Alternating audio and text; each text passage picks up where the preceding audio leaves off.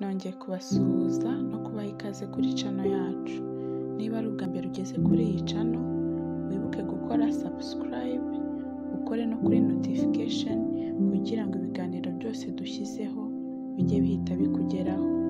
Uyu munsi tugiye kuganira ku kamaro ko kunywa amazi ashyushye. Ubundi mu buzima bwacu bwa buri munsi, nk'iyo amasahane asa nabi hariho amavuta menshi, kugira ngo uyoze neza ubone ko ikeye koko, bigusaba gukoresha amazi ashyushye. No ku mubiri wacu rero nabyo niko bimeze. Kunywa amazi ashyushye bigufasha gusohora imyanda mu mubiri wawe, ndetse bikaba byiza iyo uyanyweye mu gitondo nta kindi kintu wari warya. Hano amazi ashyushye wirinda gukoresha ashyushye cyane ku buryo yagutwika, ahubwo ugakoresha amazi meza y'akazuyazi. Amazi ashyushye rero atuma igogorwa rikorwa neza, kandi no mu gihe umuntu yariye ibiryo birimo amavuta menshi, birimo ibinure, amazi ashyushye arabishongesha, bityo ukumva umerewe neza mu mubiri. Kunywa amazi ashyushye kandi mu gitondo umuntu akibyuka bifasha mu mikorere myiza y'amara, bityo bikarinda umuntu kuba yarwara constipation. Amazi ashyushye kandi atuma amaraso atembera neza mu mubiri, bityo ingingo zose zikagerwaho n'amaraso nta nkomyi. Amazi ashyushye kandi afite akamaro ko kurinda uruhu cyane, kuko atuma uturemangingo tw'uruhu twongera kwisana, bityo uruhu rukiyuburura, rugahorana ubushobozi bwarwo bwo gukweduka, ndetse bigatuma umuntu atazana iminkanyari, ahubwo agahorana uruhu rwiza rutoshye. Kunywa amazi ashyushye bifasha mu kugabanya ibiro.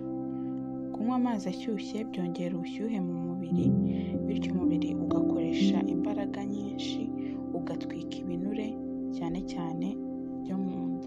Rero umuntu ushaka kugabanya ibiro yayakoresha.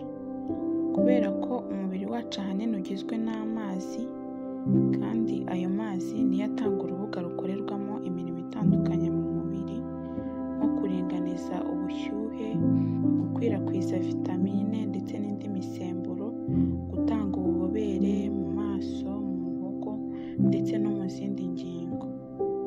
Iyo rero amazi abaye make bishobora guteza ikibazo mu mubiri, ndetse umuntu akaba yahura n'uburwayi. Uburwayi rero dushobora kuvuga buterwa no kugira amazi make mu mubiri, harimo kubabara umutwe, kugira isereri, asima, ikirungurira, rubagimpande, umugongo, ndetse na diyabete yo mu bwoko bwa kabiri. Kunywa amazi rero ashyushye bizarinda umubiri wawe kuba wabura amazi, bityo bikurinde kuba warwara imwe muri izo ndwara tumaze kuvuga. Amazi ashyushye kandi afasha mu gukira giripe, ibicurane vuba, kuko atuma inzira z'ubuhumekero zifunguka zigakora neza. Akandi kamaro k'amazi ashyushye twavuga ni uko afasha mu gusinzira neza. Umuntu ugira ikibazo cyo kudasinzira neza nijoro ashobora kunywa akarahure k'amazi ashyushye mbere yo kujya kuryama, bishobora kumufasha. Umuntu rero utemerewe gukoresha amazi ashyushye ni umuntu urwaye igifu, ushobora kuba ufitemo udusebe dutoya, ntabwo yemerewe gukoresha amazi ashyushye, kuko bishobora gutuma igifu kirushaho kumurya. Ikindi, wirinda gukoresha amazi ashyushye cyane, kuko ashobora kukwangiza mu kanwa, ahubwo urayatereka akaba akazuyaze ukajya wayakoresha.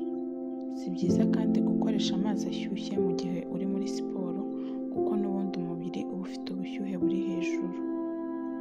Ikindi, gufata amazi yari asanzwe atetse ukongera kuyashyushya ntabwo ari byiza, cyangwa gufata amazi ashyushye yabize ugahita uyavanga n'akonje, nabyo si byiza. Yateke uyatereke aba akazuyaze ujye wayakoresha. Wakoze kubana